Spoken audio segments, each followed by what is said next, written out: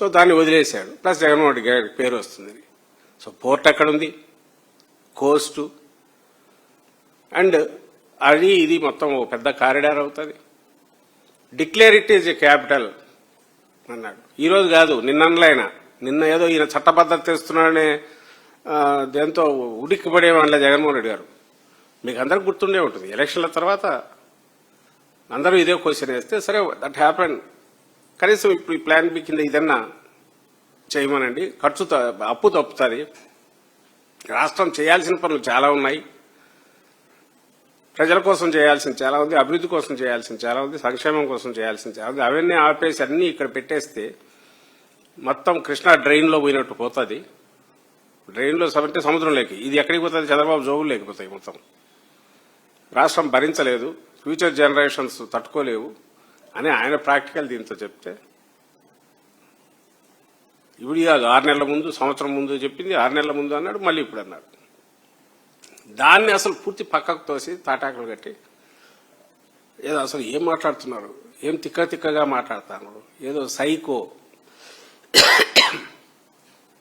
ఇంకా character assassination, దీనికి పాల్పడుతున్నారు.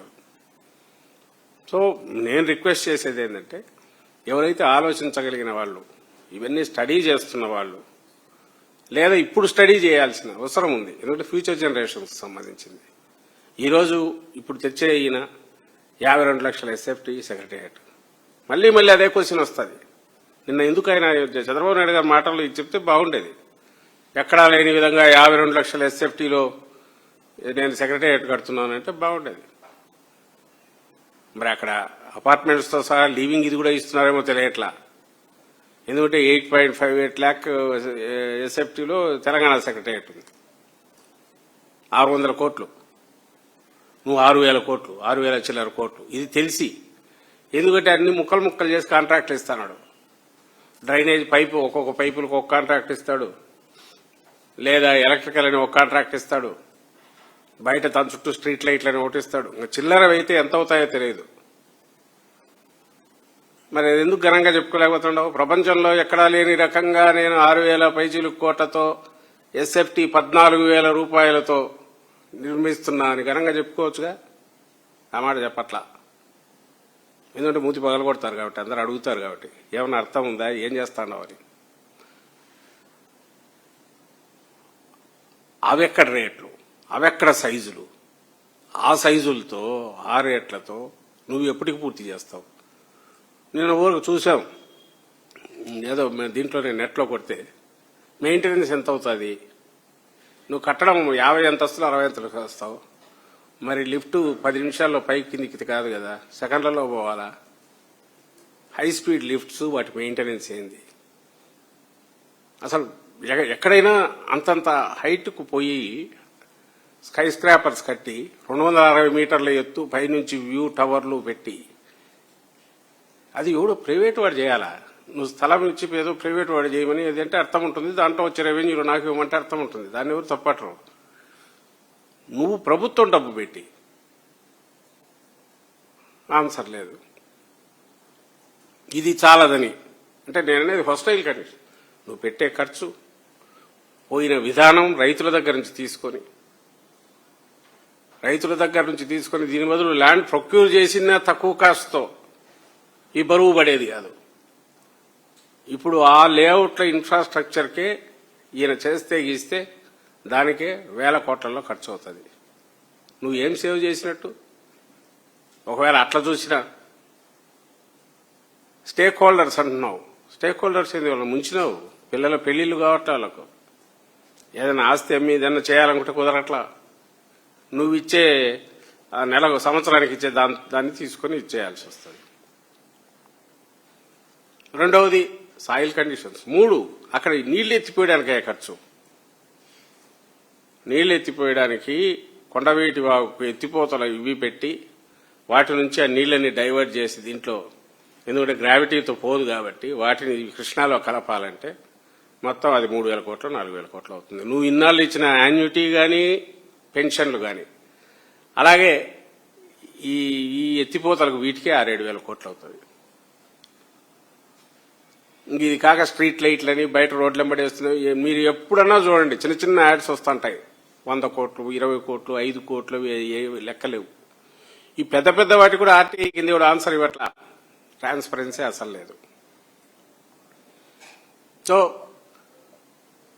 మీ ఇంతకుముందు అన్నట్టు ఓ బ్రహ్మాండమైన ఆయనకు ఆదాయ వనరుగా నిన్న కూడా అన్నాడు ఆ మాట. క్రైసిస్ అంటే ఒక అవకాశం వస్తుంది, నేను ఎప్పుడూ సంక్షోభాన్ని ఒక అవకాశంగా చూస్తాను అని. ఖచ్చితంగా తాను తన ముఠాకు దోపిడీకి ఓ బ్రహ్మాండమైన అవకాశంగా చూస్తారు. ఆ దోపిడీ పెద్ద ఎత్తున ఎంత పెద్ద ఎత్తున చేయగలం అనేదానికి ప్లాన్ చేసి దాన్ని పెరెన్నియల్ ఎక్కువ కాలం ఎట్టలాగాలనేది ఈ రెండు కూడా ఆయన చేసుకుంటాడు. జగన్మోహన్ రెడ్డి గారు 19లో రాగానే నిజానికి ఇదే కంటిన్యూ చేయొచ్చు. ఆయన స్టైల్ ఆఫ్ ఫంక్షనింగ్లో అయితే ఇదే కంటిన్యూ చేసి ఆ 6 hours పవర్ ఇవి పెట్టేసి తిప్పుకొని ఈయన తిప్పుకోండొచ్చు. ఇట్లా ఎందుకు చేయలే? అది ద్రోహం, ప్రజలకు ద్రోహం. ప్రజలు నమ్మకంతో మనల్ని ఎన్నుకున్నాక మనం దిగే ఈ 5 ఏళ్లు ఇచ్చేసరికి 5 ఏళ్లలో పెట్టిన ప్రతి రూపాయి ఖచ్చితంగా చిన్నపాటి ఇది కూడా లేకుండా వితౌట్ పిల్ఫరేజ్ చేర్చడం ఎట్లా, ఎక్కడికి చేరాలనో అలాగే రియల్ ధర్మకర్తలు ట్రస్టీలు ఎట్లా చేయాలనో అది చేయడం ఎట్లా, దీని మీద దృష్టి పెట్టాడు. అందుకోసమే ఇది కష్టం అనేది అసాధ్యమని చేసింది. లేకపోతే ఎందుకు ఆయనకేం నిజంగానే తీయటనా అంటే ఎందుకు పట్టించుకోవాలి జగన్మోహన్ రెడ్డి గారు? పెట్టాడు బాగానే ఉంది అబ్బాయి, ఇది కూడా బాగానే ఆదాయ వనరుగా ఉంటుంది కదా అని అనుకోవచ్చుగా. ఎందుకు అనుకోలే? ఎందుకన్నారంటే ఇగో ఈ కారణంతో. ఈ రోజైనా ఎందుకన్నారు? అది ప్రాగ్మాటిక్ అప్రోచ్ కాబట్టి. ఇంట్రెస్టే సంవత్సరానికి ఈయనన్న లెక్కలు మొత్తం అయితే 20-30 కోట్ల ఇంట్రెస్ట్ అవుతుంది. నీ మొత్తం ల్యాండ్స్ నువ్వు ఎక్కడెక్కడ అమ్మినా కూడా నువ్వు దాన్ని ఆ ఇంట్రెస్ట్ కట్టలేవు. ఇప్పుడు చేసిన అప్పు కూడా 5-6 వేల కోట్లు 7,000 కోట్లు అవుతుంది. సో నువ్వు సంవత్సరానికి అది ఒకటి కట్టాలా? నువ్వు ఇతర ప్రాజెక్టులన్నీ వదిలేసావు, అటు రాయలసీమలో వాటిని వదిలేసావు. రాయలసీమ లిఫ్ట్ లాంటిది 1,500 కోట్లు 2,000 కోట్లు పెడితే వాటర్ మొత్తానికి ఇచ్చేది. ఓ డ్యామ్ ప్లాన్ ఓ ప్రాజెక్ట్ ప్లాన్ చేస్తే ఎస్ బెనిఫిషరీస్ లక్షల ఎకరాల దీంట్లోకి వస్తుంది, దాని మీద పెడితే అర్థం ఉంటుంది. అలాగే ఒక ఇన్ఫ్రాస్ట్రక్చర్ రోడ్లు లాంటివి వేసేసి ప్రైవేట్ వీళ్ళు ఎవరికి వాళ్ళు వచ్చి వాళ్ళు ఇన్వెస్ట్ చేసి పార్టిసిపేట్ చేసి అది డెవలప్ అయ్యేట్టు చేస్తే ఎంత చేసినా దానికి అభ్యంతరంలా. ఎందుకంటే ఫ్యూచర్ పెరగాలి కాబట్టి. ఇది ఎక్కడ కూడా మొత్తం పోవడమే తప్ప వెనక్కి వచ్చేది. సెక్రటరియట్లో ఏం ఆదాయం వస్తుంది? హైకోర్టులో ఏం ఆదాయం వస్తుంది? అసెంబ్లీలో ఏం ఆదాయం వస్తుంది? నువ్వు కడుతున్నావు ఏంటివి? ఇవ్వాల్సిన చోటేమో ఫ్రీగా ఇవ్వు. టీటీ లాంటి దగ్గర వాళ్ళ దగ్గర ఈయన వసూలు చేసేది ఎవరి దగ్గర తెలుసా? సెంట్రల్ గవర్నమెంట్ దగ్గర ఎకరాకు బాగానే వసూలు చేస్తున్నాడు, టీటీడీ దగ్గర వసూలు చేస్తాడు. తన వాళ్ళు ఎవరికన్నా వీలుంటే ఉచితంగానో తక్కువ రేటుకో ఇస్తాడు. నేను అక్కడ అంటే మళ్ళీ బాధేది ఎవరిని? ఇంకొక గవర్నమెంట్. మన గవర్నమెంట్ ఇక్కడ ఖర్చు పెట్టేది పెట్టిస్తాడు. ఇది ఇప్పుడు ఇక్కడ ఉన్న సిచ్యువేషన్. దీన్ని జగన్మోహన్ రెడ్డి గారు ప్రశ్నించారు. అంటే నీకు ఈ జన్మలో ఇక్కడ ఆంధ్రప్రదేశ్కు ఒక రాజధాని గర్వంగా చెప్పుకునేది రావడం అనేది ఇష్టం లేదు కాబట్టి ఇప్పటికైనా అందరినీ ఆలోచించమని ఆయన అన్నాడు. దీనికి ఈయన ఏవేవో పేర్లు పెడుతున్నాడు. ఆయన ఏవో పేర్లు రకరకాలు అంటున్నాడు. నేను అడుగుతున్నా, చంద్రబాబు నాయుడు గారు చేస్తున్న దానికి ఏం పేరు పెట్టాలి? రాష్ట్రంలో ఈ 5 కోట్ల మందిని బహిరంగంగా నిలువు దోపిడీ చేస్తూ అప్పుల ఊబిలో రాష్ట్రాన్ని ముంచుతూ అప్పుల భారం మొత్తం ఒక్కొక్కరి తల మీద నాకు తెలిసి కనీసం పూర్తి అయితే 2 లక్షలు ఎంతో పడేటట్టు ఇంత చేసి పైగా మీరు అద్భుతమైన దీని నగరానికి చూస్తున్నారు. అసలు మీరు మీ అంత అదృష్టవంతులు లేరని నమ్మబలికి మనతోనే సంబరాలు చేసుకునే రకంగా చేసేంతవరకు ప్రయత్నం చేస్తున్నానంటే అంత ప్లాన్ అంత విజన్, ఆయన విజన్ మరి సైకో అనలేము. మరి ఏమనాలో నాకు అర్థం కావట్లేదు. దానికి ఏం మాట పెట్టాలా? ఏదో చేతబడి లాంటివి చేసేసి ఇంకోటి చేసి మనం దీంట్లోకి స్వాధీనంలోకి తెచ్చుకొని పని చేయిస్తారు కదా, దాంట్లో వాళ్ళు ఏం చెప్తే చేస్తాం. ఓ మాంత్రికుడు మరి అట్లా చేయగలుగుతున్నాడేమో తనకున్న ప్రాపగాండా మిషన్తో. తెలియట్లా నాకు. But he is attempting that. జనం దాంట్లో కొట్టుకుపోకుండా ఆలోచించాల్సిందిగా మేము కోరుతున్నాం. జగన్మోహన్ రెడ్డి గారు మొన్న అదే చెప్పారు. వితౌట్ డిస్పాషనేట్ గానే చూడొచ్చు. జగన్మోహన్ రెడ్డి గారు అడిగిందంటే తప్పే ఉన్నదా? ఆయన తీసుకున్న లైన్ ఏదైందో అంటే we take pride in it. అలాంటి లీడర్ వెనక నడవడానికి, అలాంటి లీడర్తో కలిసి పనిచేయడానికి, కలిసి నడుస్తున్నందుకు నిజంగా అందరం గర్వంగా ఫీల్ అవుతాం. ఎక్కడ కానీ చిన్నపాటి డిఫరెంట్ ఆలోచన రెండో ఇది లేకుండా ఖచ్చితంగా ప్రజల సంక్షేమం ఉందా, ప్రజల కన్సెంట్ ఉందా, ప్రజలకు మంచి జరుగుతుందా, లార్జర్ గుడ్ ఉందా, ఎక్కువ మందికి ఎక్కువ ప్రయోజనం కలుగుతుందా, లేకపోతే మనకొద్దు, ఎంత పెడుతున్నాం, తద్వారా ఎంత రిటర్న్ ఇది ఉంది, స్టేట్కి ఏం ఉపయోగం ఉంది, ఇవి ఆలోచించకుండా నాకు ఒక్కటంటే ఒక్కటే ఆయన చేసిన దాంట్లో కనిపించాల. మీరు ఆయన చేసింది ఏదైనా చూడండి, ఎడ్యుకేషన్, హెల్త్, మెడికల్ కాలేజ్ కావచ్చు, ఎకనామిక్ హబ్స్, పోర్ట్లు జగన్మోహన్ రెడ్డి గారు ప్లాన్ చేసినాడు. ఎందుకు చంద్రబాబు నాయుడు చేయలేకపోయినాడు? నేను సైబరాబాద్ అంటున్నాడు, ఎవరు ఆయన కట్టాడా? ఆయన ఏ రోజు దాని గురించి అన్నాడు? ఈయన చెప్పేది ఎంత హైదరాబాద్ పుట్టి ఇప్పుడు ఆయన ఉండింది ఎంత ఎన్నాళ్ళు? ఆ 95లో వాళ్ళ మామను బలవంతంగా దించి వెన్నుపోటు పొడిచి వచ్చినాక ఉండే 4 ఏళ్ళు, 4 ఏళ్లలో సర్దుకోవడానికి 2 ఏళ్ళు పోతే 1 సంవత్సరం, 2 ఏళ్ళు, 4 ఏళ్ళు, 5 ఏళ్ళు, 2004 వరకు. దాంతోనే మొత్తం నేనే క్రియేట్ చేసినాను.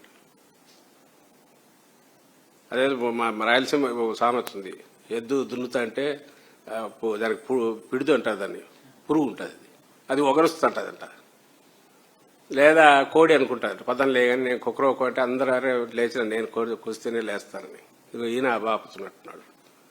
నేను వేసిందే ఈరోజు నడుస్తుంది, నేను చేసిందే ఈరోజు అవుతుంది, ఇంకా అన్నీ అవుతాయి. నేను పుట్టి పెరిగిన నుంచి చాలా జరిగినాయి. అసలు మా కళ్ళ ముందు అయితే ఎన్ని జరుగుతానే మేము అనుకోవచ్చు ప్రపంచంలో. ఎందుకు పొద్దుపోని ఇవన్నీ చెప్పడము, వినే వాళ్లకు చెవులో పూలు పెట్టే ప్రయత్నం చేయడం.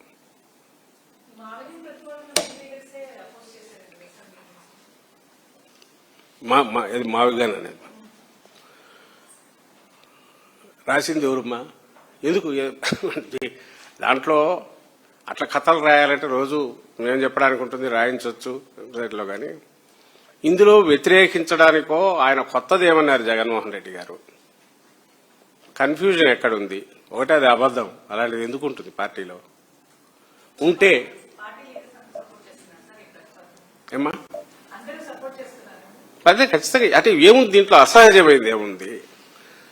ఇప్పుడు ఆయన చెప్తున్న దాని మీద 1,00,000 కోట్లు ఖర్చు పెట్టాలనే ప్రతిపాదన అది అయితే కూడా, పూర్తి అయినా కూడా అది ఎందుకు ఉపయోగపడదు? 10 ఏళ్ల తర్వాత కూడా ఎట్లుంటుంది అనేది రూపం కనపడుతున్నప్పుడు, అది ఒక గుదిబండలాగా అవుతున్నప్పుడు, అలా కాకుండా ప్రాక్టికల్ దీనికి సంబంధించినప్పుడు ఇది వచ్చినప్పుడు ఎందుకు వ్యతిరేకిస్తారు? ఒకటి. సెకండ్, మా వాళ్ళను వదిలేయండి, ప్లెయిన్ గా ఆలోచిస్తే ఇది ఏ రకంగా గుంటూరు నగరానికి కానీ, విజయవాడ నగరానికి కానీ, మచిలీపట్నం వాళ్ళకి కానీ, లేదా ఈ మధ్యలో ఉండే వాళ్ళందరూ ఎందుకు వ్యతిరేకిస్తారని? మెడకాయ మీద తలకాయ ఉండేవాళ్ళు ఎవరైనా మా ప్రాంతం రాజధాని అవుతుందంటే ఎందుకు వ్యతిరేకిస్తారు? దాంట్లో ఇది లేకుండా పోలే కదా, ఇది ఉంది.